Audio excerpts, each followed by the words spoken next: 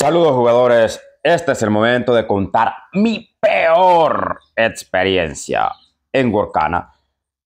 Bueno, la segunda, porque realmente la peor de las peores fue con el abogado, pero esta es la más compleja de redactar, de describir, etcétera. Así que vamos al lío.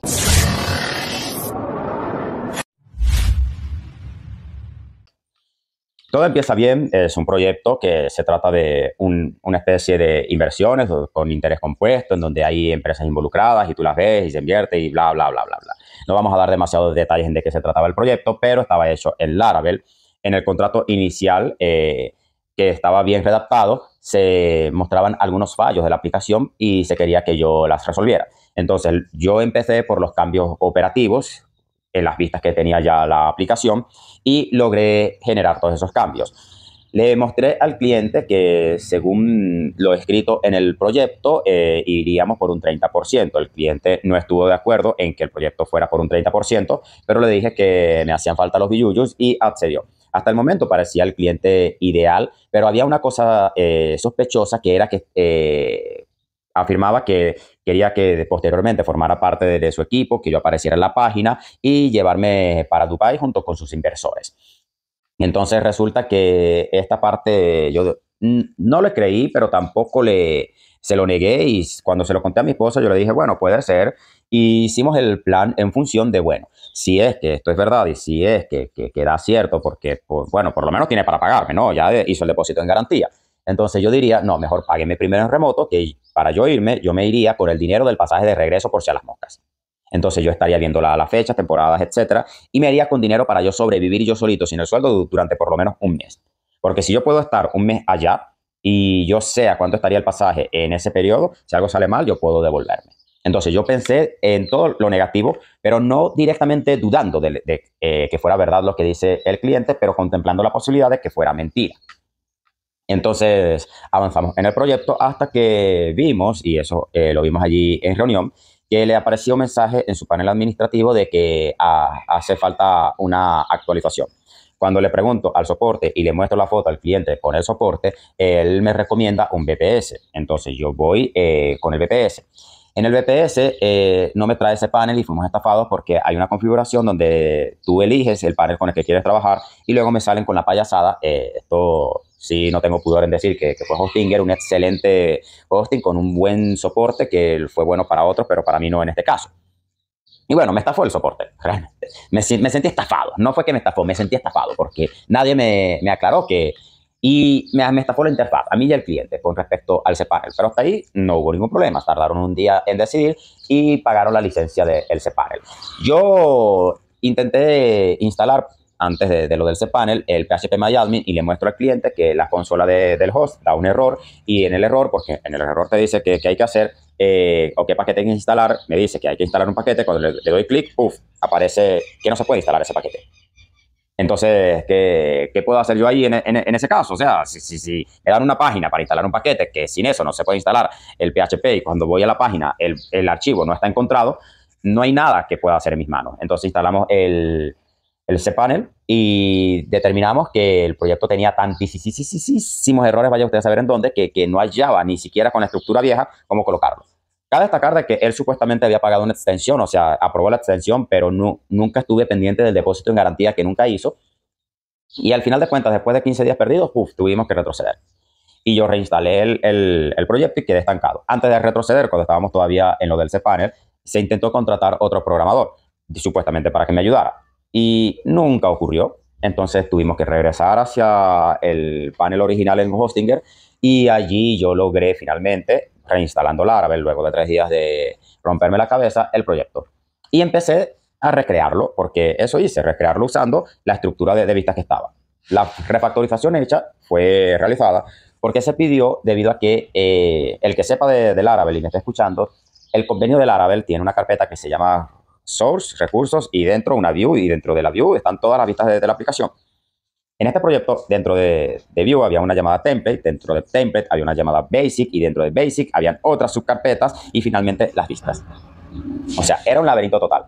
Y yo hice en 9 vistas el mismo frontend que estaba hecho anteriormente, incluyendo el panel administrativo, el dashboard, que él le quiere llamar billetera. Y posteriormente me colocan a otro programador a hacerme auditoría de cómo voy, supuestamente para ayudarme, lo cual fue todo una mentirota bien grandota. El cliente terminó alegando que la refactorización fue mentira, que lo estafé con la solicitud del BPS y el cPanel exageró con los montos que gastó. Afirmó que su empresa perdió $15,000 debido al tiempo que yo estuve en mantenimiento y afirmó que el programador que contrató dice que mi frontend es el 1% de toda su mega plataforma, la cual afirmó que había entregado una plataforma perfectamente operativa y yo generé daños en el código rompiéndola totalmente. Es para que se den una idea de a dónde puede llegar un cliente codicioso. Y lo gracioso del proyecto, que es una verdad universal, que no sé cómo tendría este cliente en particular, porque de paso, aparte de los apartes, me amenaza con destruir toda mi carrera y que yo no voy a volver a programar más nunca en todo lo que queda de mi vida.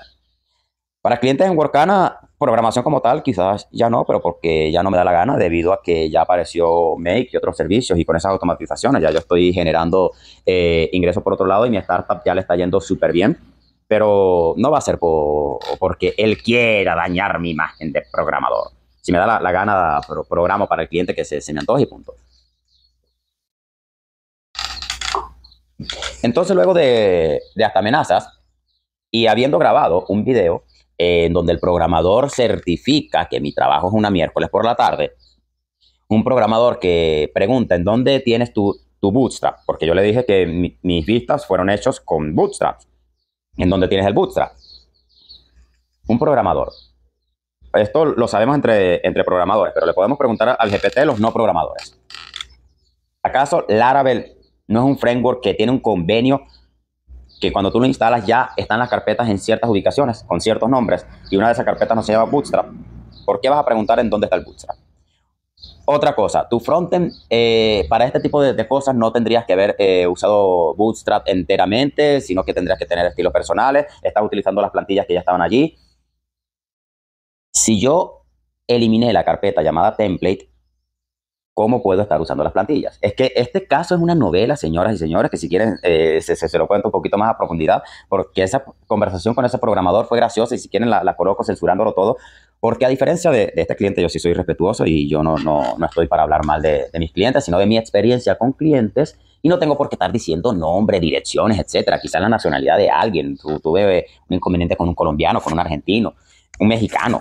Bueno, realmente, si supieran que yo nunca he tenido un cliente mexicano malo, yo como que debería de lanzar todas mis publicidades a México, porque hasta el momento, no sé si será estadística, no he tenido ni un solo cliente mexicano malo.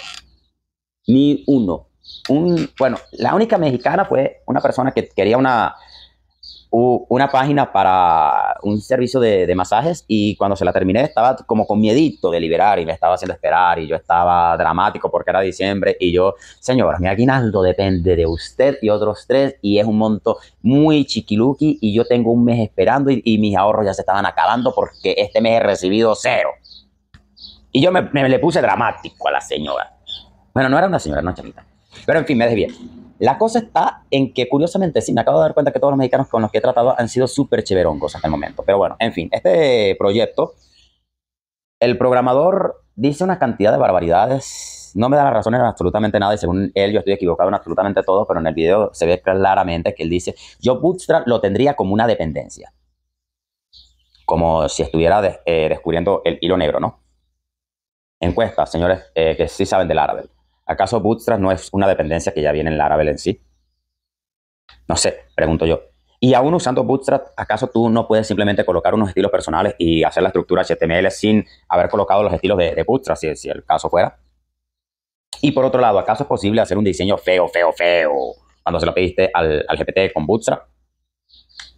No lo sé, ustedes me dirán. El GPT, cuando tú le pides que lo trabaje en base a Bootstrap y le estás dando una estructura HTML, así sea una estructura hecha en Laravel, para tú poder visualizar sin depender de las conexiones y lo que sale de la base de datos y saber qué estás haciendo y luego poder utilizar los modelos y conectarlos, feo, ya ahí me gustaría que el proyecto terminase y luego colocar las imágenes para que juzguen ustedes mismos y censurar el logo de la empresa. Porque si es que este cliente sale hablando de mí, que sepa que tengo con qué defenderme. Y el que caería más peor es él, claro, excepto a cierto tipo de personas. Porque cuando Juan habla de Pedro, más dice de Juan lo que Juan dice de Pedro. Eso lo dice la Biblia. Y cuando una persona es respetuosa y censura identidades, y luego viene un irrespetuoso, siempre va a quedar evidente quién es el malo. Y para que el cliente lo sepa, yo tengo un video en donde él me está gritando y yo estoy viendo el techo, esperando y tratando de proponer una negociación y aclarando puntos. Y él se ve en su actitud. Si hablan mal de mí, yo suelto el video. Y que cada quien juzgue por su cuenta y veamos si de verdad yo no podré volver a programar para clientes en mi vida. Entonces, esta fue la peor de las experiencias debido al hecho de las amenazas, pero voy a cerrar con la parte más graciosa de todo.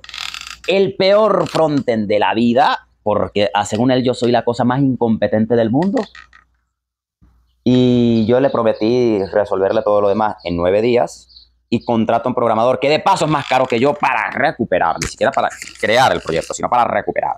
O sea, cada quien juzgue la mentalidad de este cliente en función a los hechos con la experiencia que yo estoy contando y la redacción que él dio.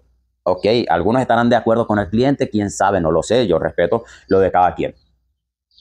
Pero juzguen ustedes mismos. El peor frontend de la vida, pero me quitan el acceso inmediatamente a la plataforma justo después de haberme prometido que el programador era para ayudarme y me lo quitan en el momento en el que yo termino de dar lo que él necesita.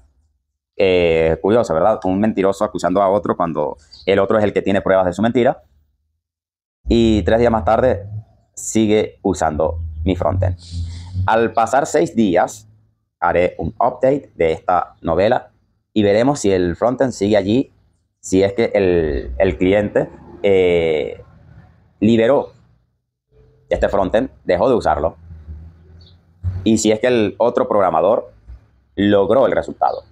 Y con todo y eso, quiero que quede claro en este video que si me paga lo suficiente, yo le resuelvo lo que queda en 9 días. Con todo y eso. O sea, sigo abierto a la negociación porque al final es código. Al final, a mí me vale madres si el cliente es bueno, es malo, es grosero, si me trató bien o me trató mal en el pasado. Me importa un carambas. Si él me paga lo suficiente, yo sé lo que tengo que hacer y lo hago y lo entrego, toma lo tuyo, dame lo mío. Punto. Más nada. Más nada. Es todo lo que yo necesito. Pero en este caso, deposita y libérame el 50% adelantado. Por ser las moscas, ¿no? Porque con esos 50 yo sé que si yo trabajé esos 9 días, yo cubrí todos esos 9 días y un poquito más. Y ya lo demás es simplemente bonificación como disculpas por haberme pasado tan mal rato. Porque yo sé que la aplicación estuvo unos días sin correr, pero también fue por la sugerencia del hostinger y a él se le olvidó todas las advertencias que yo le decía de lo que pudiera ocurrir si seguimos esas prácticas y si no se hace lo otro que yo decía para el proyecto. Número 1, la refactorización, que la pagó, la aprobó a regañadientes, y número 2, se le sugirió.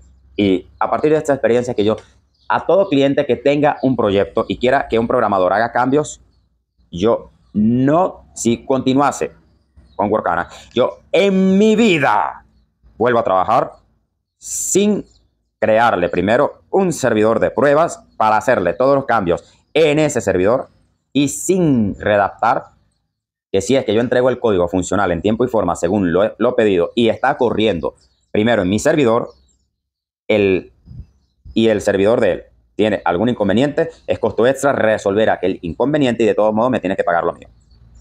Jamás volvería yo a trabajar así sin un acuerdo como esto. Y si es que me lo piden, enseño a redactarlos, pero ya eso sería después de haber atendido a los clientes de Make, porque estaré 3 meses en aquel merequetengue. Yo me despido. Chao, jugadores.